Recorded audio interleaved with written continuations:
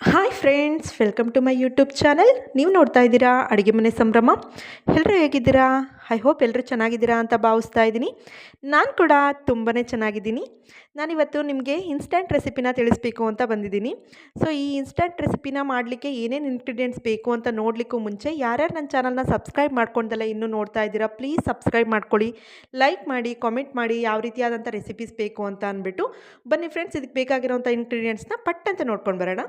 ಮೊದಲಿಗೆ ಇಲ್ಲಿ ನಾನು 2 ಗಡ್ಡೆ ಆಗೋಷ್ಟು ಈರುಳ್ಳಿನ ಉದ್ದುದ್ದಕ್ಕೆ ಕಟ್ ಮಾಡಿಬಿಟ್ಟು ಇಟ್ಕೊಂಡಿದ್ದೀನಿ ಫ್ರೆಂಡ್ಸ್. ಹಾಗೆ 1 ಗಡ್ಡೆ ಬೆಳ್ಳುಳ್ಳಿನ ಸಿಪ್ಪೆ ತೆಗೆದ್ಬಿಟ್ಟು ಇಟ್ಕೊಂಡಿದ್ದೀನಿ. ಹಾಗೆ ಇಲ್ಲಿ 4 ಟೊಮ್ಯಾಟೋನ ಅರ್ಧ ಹೋಳಾಗಿ ಕಟ್ ಮಾಡಿಬಿಟ್ಟು ಇಟ್ಕೊಂಡಿದ್ದೀನಿ. ಹಾಗೆ ಇಲ್ಲಿ ಗುಂಟೂರು ಮೆಣಸಿನ್ಕಾಯಿನ ತೊಗೊಂಡಿದ್ದೀನಿ ಫ್ರೆಂಡ್ಸ್. ನೀವು ನಿಮ್ಮ ಮನೆಯಲ್ಲಿ ಖಾರಕ್ಕೆ ತಕ್ಕಂತೆ ನೀವು ಮೆಣಸಿನ್ಕಾಯಿನ ಹಾಕ್ಕೊಳ್ಳಿ. ಇಲ್ಲಿ ಎಣ್ಣೆನ ತೊಗೊಂಡಿದ್ದೀನಿ.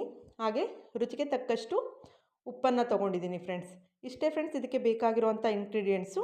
ಬನ್ನಿ ಇದನ್ನು ಹೇಗೆ ಮಾಡೋದು ಅಂತ ನೋಡೋಣ. ಮೊದಲಿಗೆ ಇಲ್ಲಿ ಗ್ಯಾಸ್ನ ಆನ್ ಮಾಡಿಕೊಂಡು ನಾನು ಒಂದು ತವನ ಇಟ್ಕೊಂಡು ಅದಕ್ಕೆ ಎಣ್ಣೆನ ಹಾಕ್ಕೊಂಡಿದ್ದೀನಿ. ಎಣ್ಣೆ ಕಾದಾದಮೇಲೆ ಏನು ಮೆಣಸಿನ್ಕಾಯಿ ತೊಟ್ಟನ್ನ ಬಿಡಿಸ್ಕೊಂಡು ಮೆಣಸಿನ್ಕಾಯಿನ ಕ್ಲೀನಾಗಿ ಡ್ರೈ ಮಾಡಿಕೊಂಡು ಇಟ್ಕೊಂಡು ಒಂದು ಬೌಲಿಗೆ ಎತ್ತಿಟ್ಕೊತಾ ಇದ್ದೀನಿ. ಸೊ ನಾನು ಹೆಂಗೆ ಡ್ರೈ ಮಾಡ್ಕೊಂಡಿದ್ದೀನೋ ಅದೇ ರೀತಿಯೇ ಡ್ರೈ ಮಾಡ್ಕೊಳ್ಳಿ. ಅದೇ ಪ್ಯಾನಿಗೆ ನಾನು ಬೆಳ್ಳುಳ್ಳಿನ ಹಾಕ್ಕೊಂಡು ಕ್ಲೀನಾಗಿ ಡ್ರೈ ಮಾಡ್ಕೊತಿದ್ದೀನಿ ಫ್ರೆಂಡ್ಸ್. ಡ್ರೈ ಮಾಡ್ಕೊಂಡಾದಮೇಲೆ ಬೆಳ್ಳುಳ್ಳಿನ ತೆಗೆದಿಟ್ಕೊಂಡಾದಮೇಲೆ ಟೊಮೆಟೊನ ಹಾಕ್ಕೊಂಡು ಎರಡೂ ಸೈಡಲ್ಲೂ ನೀಟಾಗಿ ಕ್ಲೀನಾಗಿ ರೋಸ್ಟ್ ಆಗಬೇಕು. ಅದ್ರ ಕಲರು ಚೇಂಜ್ ಆಗಬೇಕು ಫ್ರೆಂಡ್ಸ್. ನೋಡಿ, ನಿಮಗೆ ಗೊತ್ತಾಗುತ್ತೆ ನೋಡ್ತಿದ್ದಾಗ ಎಷ್ಟು ನೀಟಾಗಿ ಡ್ರೈ ಆಗಿದೆ ಅಂತ ಅಂದ್ಬಿಟ್ಟು. ಆ ರೀತಿ ಡ್ರೈ ಮಾಡಿಕೊಂಡು ಟೊಮೆಟೊನ ಎತ್ತಿಟ್ಕೊಂಡಾದಮೇಲೆ ಅದಕ್ಕೆ ಏನು ಕಟ್ ಮಾಡಿ ಇಟ್ಕೊಂಡಂಥ ಈರುಳ್ಳಿನ ಹಾಕ್ಕೊಂಡು ಕ್ಲೀನಾಗಿ ಈರುಳ್ಳಿ ಕಲರು ಚೇಂಜ್ ಆಗಬೇಕು ಫ್ರೆಂಡ್ಸ್. ಅಲ್ಲಿ ತನಕ ಡ್ರೈ ಮಾಡ್ಕೋಬೇಕು. ಮೇಯ್ನ್ ಇದರಲ್ಲಿ ಏನು ಇಂಗ್ರೀಡಿಯೆಂಟ್ಸ್ನ ನಾವು ತೊಗೊಂಡು ಡ್ರೈ ಮಾಡ್ಕೊತಿದ್ದೀವಲ್ಲ ಅದು ತುಂಬ ಚೆನ್ನಾಗಿ ಡ್ರೈ ಆಗಬೇಕು. ಡ್ರೈ ಆದಾಗಲೇ ಅದ್ರ ರುಚಿ ಚೆನ್ನಾಗಿ ಬರೋದು. ಸೊ ಗೊತ್ತಿದ್ದವರಿಗೆ ಓಕೆ, ಗೊತ್ತಿಲ್ಲದೆ ಇದ್ದವರು ಒಂದು ಸಲ ಟ್ರೈ ಮಾಡಿ, ತುಂಬಾ ಚೆನ್ನಾಗಿರುತ್ತೆ. ಈಗ ಟೊಮೆಟೊ ಸಿಪ್ಪೆನ ತೆಗೆದ್ಬಿಟ್ಟು ಇಟ್ಕೊತಿದ್ದೀವಿ. ಒಂದು ಬೌಲಲ್ಲಿ ಈಗ ಮೆಣಸಿನ್ಕಾಯಿ ಮತ್ತು ಬೆಳ್ಳುಳ್ಳಿನ ಹಾಕ್ಕೊಂಡು ಕ್ಲೀನಾಗಿ ಕೈಯಲ್ಲೇ ಸ್ಮ್ಯಾಶ್ ಮಾಡ್ಕೊತಾ ಇದ್ದೀವಿ ಫ್ರೆಂಡ್ಸ್.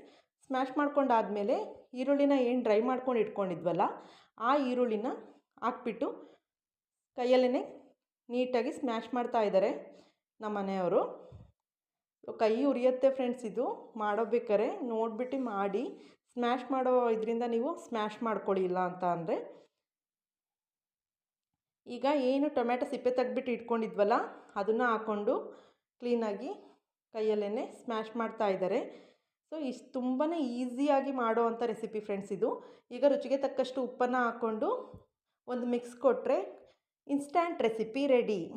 ಯಾರ್ಯಾರಿಗೆ ಗೊತ್ತಿಲ್ಲ ದಯವಿಟ್ಟು ಒಂದು ಸಲ ಟ್ರೈ ಮಾಡಿ, ತುಂಬಾ ಚೆನ್ನಾಗಿತ್ತು ಟೇಸ್ಟು. ಅದರಲ್ಲೂ ಬಿಸಿ ಬಿಸಿ ಅನ್ನಕ್ಕೆ ಸೈಡ್ ಡಿಶ್ಶಾಗಿ ಏನಾದರೂ ಇಟ್ಕೊಂಡು ತಿಂದ್ಬಿಟ್ವಿ ಅಂತ ಅಂದರೆ ತುಂಬಾ ಚೆನ್ನಾಗಿರುತ್ತೆ. ಒಂದು ತುತ್ತಿಲ್ಲ 2 ತುತ್ತು ಹೆಚ್ಚಿಗೆ ತಿಂತೀವಿ. ಅದರಲ್ಲೂ ಮಳೆಗಾಲದಲ್ಲಿ ಚಳಿಗಾಲದಲ್ಲಿ ಖಾರವಾಗಿ ಏನಾದರೂ ತಿನ್ನಬೇಕು ಅಂತ ಅನ್ನಿಸ್ದಾಗ, ಹುಷಾರಿಲ್ದಿದ್ದಾಗ ಈ ರೀತಿ ಒಂದು ಸಲ ಟ್ರೈ ಮಾಡ್ಕೊಂಡು ತಿನ್ನಿರಿ. ತುಂಬಾ ಮಸ್ತಾಗಿತ್ತು. ನಾನು ಇದು ಫಸ್ಟ್ ಟೈಮ್ ಟ್ರೈ ಮಾಡಿದ್ದು. ನನಗೂ ಗೊತ್ತಿರಲಿಲ್ಲ ಇದ್ರ ರುಚಿ ಇಷ್ಟೊಂದು ಚೆನ್ನಾಗಿರುತ್ತೆ ಅಂತ. ನಮ್ಮ ಮನೆಯವರೆಲ್ಲರೂ ಟ್ರೈ ಮಾಡಿದ್ರಂತೆ, ಬಟ್ ನಾನು ಮಾತ್ರ ತಿಂದಿರಲಿಲ್ಲ ಇದನ್ನು. ಇವತ್ತೇ ಫಸ್ಟು ನಾನು ತಿಂತಾಯಿದ್ದಿದ್ದು. ಅದರಲ್ಲೂ ಕೈ ತುತ್ತಿಸ್ಕೊಂಡು ತಿಂತಿದ್ದೆ ನಾನು ನಮ್ಮ ಮನೆಯವ್ರ ಹತ್ರ. ತುಂಬಾ ಚೆನ್ನಾಗಿತ್ತು ಫ್ರೆಂಡ್ಸ್. ನಾನು ಒಂದು ತುತ್ತು ಎಕ್ಸ್ಟ್ರಾನೇ ತಿಂದಿದ್ದೀನಿ, ಅಷ್ಟು ಚೆನ್ನಾಗಿತ್ತು. ನನಗಂತೂ ತುಂಬಾ ಇಷ್ಟ ಆಯಿತು. ನೀವು ಒಂದು ಸಲ ಟ್ರೈ ಮಾಡಿ.